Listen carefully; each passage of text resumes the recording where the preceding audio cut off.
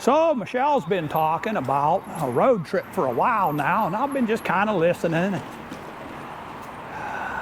Thought she was maybe just planning. Well, as she gets more details of this is a long trip. Not only does it sound plausible, dang if she ain't starting to make it sound very possible. So stick around, let's get into that.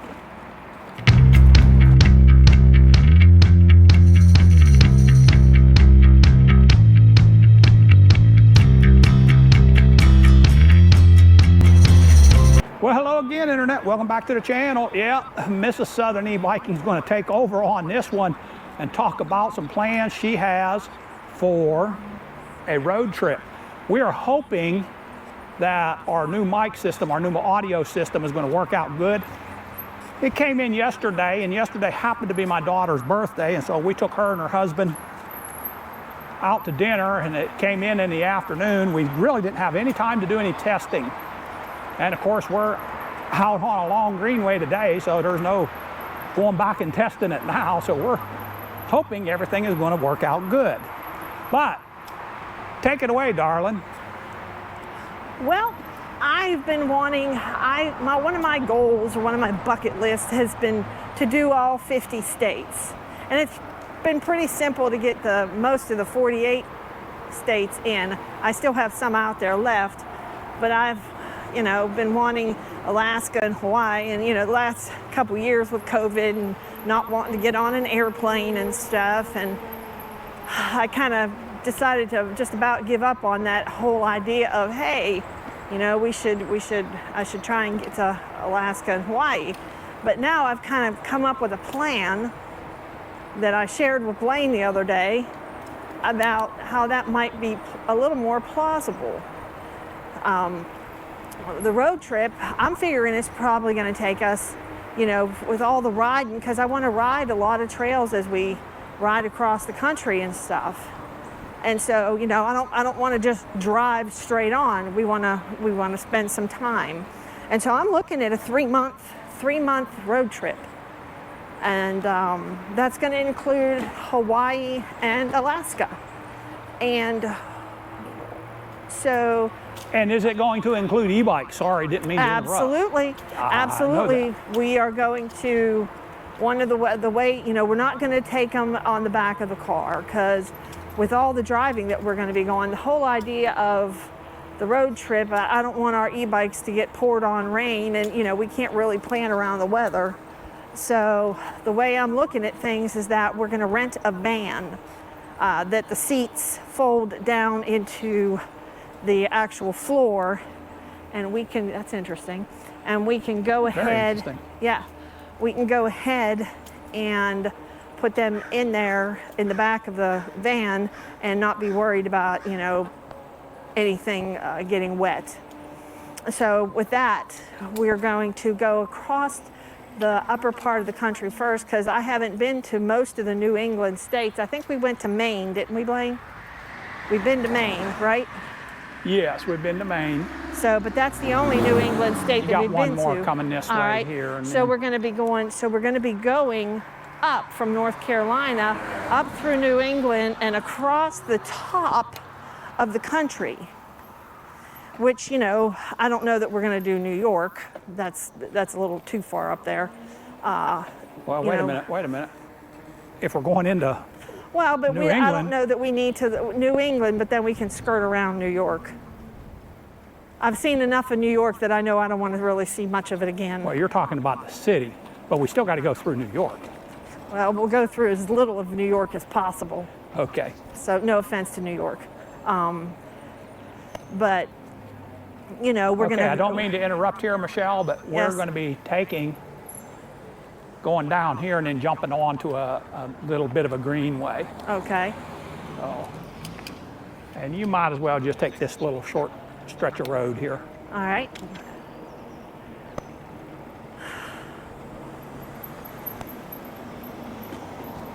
And there should be a greenway coming off of here somewhere. Okay. There it is. Sorry about that. That's okay. So, we're going to hopefully go around New York. and you know, pass through like Michigan and Iowa, because I haven't been to Iowa either, and then just head across the more portion top of the country, and you know, Montana, and I'd like to zip down to Wyoming, Idaho, because I haven't been to Idaho either, and then zip over to the state of Washington to Seattle. And from Seattle, I thought, well, what we can do is we can rent an Airbnb, nothing fancy, and park the car and the bikes there and Uber it over to Seattle Airport and go fly up out of Seattle to Alaska, and we'll spend 4 to 5 days in Alaska. Now, the reason I figured about taking a flight out of Seattle is it's only a 2.5-hour flight to Anchorage. And so, I mean, that beats the heck out of taking about a 10-hour flight out of North Carolina. And the cost is a whole bunch cheaper. For me and Blaine to fly to Alaska from North Carolina, the tickets are about $1,200 a piece. And for us to fly from Seattle, Washington, is like $260 a piece. And the time flying too. And we'll spend about 4 or 5 days up in Alaska, rent a Airbnb in a car, and we'll be able to see Denali, and we'll be able to see the icebergs, and hopefully we'll be able to take a whaling cruise to see some whales and such like that. And then, of course, we will go ahead and fly back and jump back in our van, and head down towards California. We might stop in Oregon and ride some trails there too. But I've been to Oregon twice, or possibly 3 times now. So, but then we're gonna go to California, to San Jose, and we're gonna, again, Airbnb, park the car, put the bikes into the house, and fly over to Hawaii.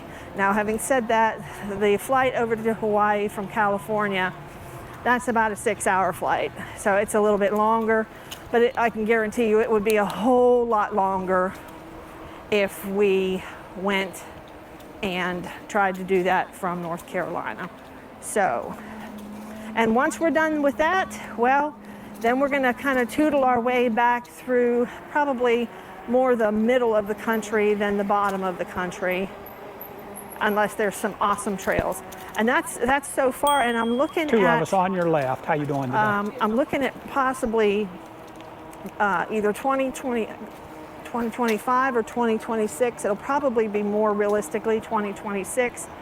But with traveling to Alaska, you kind of have to be careful when you go there, because if you try and go there early in the spring, you're still going to be dealing with a lot of snow.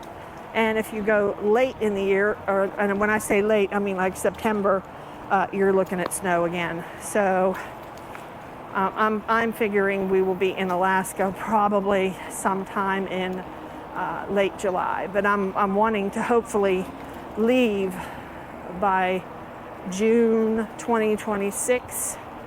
And like I said, it's going to be a 3-month trip, and that's the big trip. So yeah. I don't think we've ever gone anywhere that long. I think the longest trip we ever went on was 2 weeks. We tried one for 2 weeks and we came back early, I think. No, we couldn't come back early because we were flying. Oh, okay. So, what else have you got planned? Any more as far as the that trip or the other trip that's coming up? Well, I know the main parts that you planned on that long trip pretty much is still up in the air, with the exception of you do know where we're going to be staying, what town we're going to be staying in, and type of thing. What town? What do you mean, what town, where? As far as Seattle, and then you told me where we was going to stay in California to get the flights out. Right. But the rest of it is pretty much open as of what the final route's going to be, is it not? Oh, absolutely, and not until I get it all planned out. I mean, it's going to take months to plan something like this, and I'm going to want some help from some of our viewers. If there's greenways or bikeways across the top of the country. Well, let's pick that right back up again. Yeah. I'm not sure why that clicked off right there, but it did. So what I was saying was, I'm gonna probably be calling to some of our viewers, subscribers. Tell me what you know, places that are not to be missed on our e-bike road trip, because it's going to require a whole bunch of planning on our part. And so anyway. All right, so what else have you got in mind for a little closer? Well, we've got because let me stop for just a second. Michelle is the one that tells me when we're going, where we're going, and then I kind of try and figure out exactly where we're going to ride. Not where we're going to start from, but where we're going to ride. That's kind of her department there. And then my department comes in, which, by the way, check Monday, because there's going to be a video dropping on how we design these rides on Ride with GPS. Did you see how smooth that come in there, Michelle?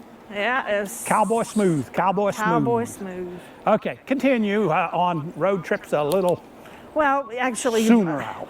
You actually brought up a good point as far as this longer road trip. I'm going to be getting ideas from my research, and also hopefully from some of our viewer friends, as to the should not miss places to ride, like the Hiawatha Trail. I think that's how it's pronounced in Idaho. But at the end of the day, I'm just going to say, oh, well, this is kind of where we're going to be, Blaine, and this is what's there. Let's design the route, and that's going to be his department.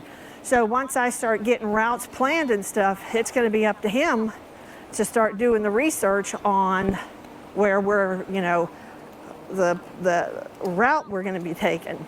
So, he'll have that on his plate. So I'm betting 3 months worth of bike trails is going to be a whole lot of sitting in front of that computer, isn't it, Blaine? Yeah, we'll have quite a bit to go over there. That ride with it depends on what towns you're stopping in, though. Some of them are pretty easy to route through. Yeah, but that ride with GPS is going to be getting a workout. Well, yeah, it'll be getting a workout. Anyway, we've got a little road trip coming up, I think, to Norfolk, Virginia. There's a historical area over by the coastal area called Williamsburg, and there's I think it's like a 26-mile road loop that kind of snakes its way through the park and all the historical areas. Now, it is a road, bikes are allowed on it, of course, and it's not really It's not a wide road, because we looked at it, so you got a little bit of searching to do about that. Yeah, and I've got, there's not a lot to be told on it right now, so it's gonna take a little bit of investigating, but it looks really, really interesting. And there's also a little island called I think it's an island called Jamestown Island, that has not a big loop, but it's like a 6 or 7 mile loop that bikes are allowed on. That's supposed to be pretty interesting as well. So we've got that coming up, and I found an old rail trail in Virginia that's kind of a little bit out of the way, but we can always do a little side gig, like I like to do. Oh, a little side gig. to take a look at this rail trail. I've been able to catch some views of it, but I will say again, a lot of the information that I've caught on a lot of these places is pretty dated. And when you're talking about, as I said in my video before, when things are dated, you might as well figure they're not very reliable. And so on Monday, tomorrow probably, I'll be calling the park to find out how well traveled that road is, that 25 mile, because if it's going to be heavy traffic, I don't want to ride 25 miles on a highly trafficked road. And I think you probably need to double check with them and say, what is it like on the weekends versus the week too? Oh yeah, well, absolutely. The summertime, it's going to be, it's, you know, we're in travel season right now. Now, maybe at the end of August, it might not be that bad because everybody's kind of going back to school and stuff like that. But, you know, it still is probably going to be more busy then than it is, because this isn't where a city is, and this isn't where like bunches of people live. This is, you would have to be going there for a purpose. Right. So, and right. the name of the actual It's a destination, not a pass-through. Exactly. And the actual name of the place is, let me see if I remember this, Colonial, oh, I keep going over these bumps. Colonial. Two of us. Y'all have a good Colonial day. National Historic Parkway is the name of the destination. So there's just a lot of stuff to consider. You know, I've got some research that I've got to be doing. So. And where's the other one that you was talking about? Maybe November going down to South Carolina to the swamp. Yeah, when it cools off and we don't melt.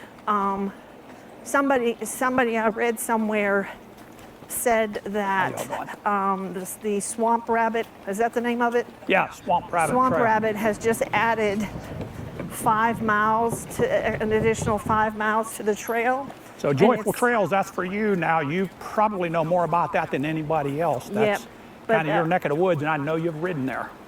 They said it's like now considered a 30-mile bike ride. So, you know, that's within our destination areas as well. Okay, now we gotta do one thing here, Michelle. What do we gotta do? When we get down here, come on up here and stop for just a second. Okay. Because we had one of our viewers, if you would take a look at your microphone there and press the power button 2 times real quick and see if it flashes, and I think that's going to mute it. Okay, I pressed it. It didn't flash. It's muted. Your red light flashes, I think. Oh. It is muted.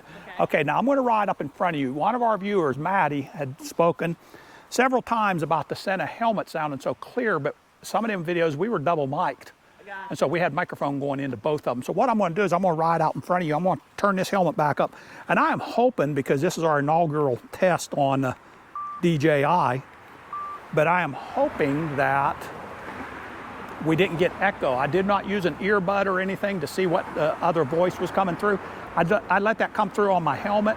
I'm hoping the timing of that, Michelle's microphone is going to drown out the helmet talk, because I kept it down a little bit low. But Michelle, I'm going to ride up here just a little bit so that we can show her. Now, Maddie and everybody else that's interested, my voice is coming through a microphone, so it's going through a processor.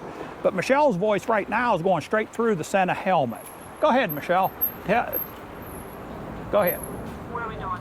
Well, you're just going to say a little, you know what? What? We probably need to wrap up this video, so on a couple of things, we're going to turn to the right up here. Okay. This is a cool little bike here. I love that. Oh, wow, look at that, man. A couple of things here. Number one, if you like this, you know, hit that like, hit that subscribe. We would really appreciate that. But Michelle, I need you to be talking so we can let folks know what the Sena helmets come through like. But I need you to go, ride out in front of me a little bit. I don't want them to hear your voice. I want them to just hear the helmet. Gotcha, okay. Well, I'm looking forward to starting all of my research. Okay, but we got to wrap up the video though. Oh, are we going straight or left? We're going to go to the left. Hey, you know what? Go straight. Go straight. So, this is Southern E-Biking. And Mrs. Southern E-Biking. And what are we going to tell them, Michelle? Oh, I'm not sure. Stay safe. God bless. And keep the wheels turning. Hey, from right here in sunny North Carolina. Hot North Carolina. Yeah, hot North Carolina too. Well, there come a text. Like I say, we're telling you, God bless, stay safe, God bless, and keep the wheels turning, folks. Once again, me and Mrs. Southern E-Biking, we are out.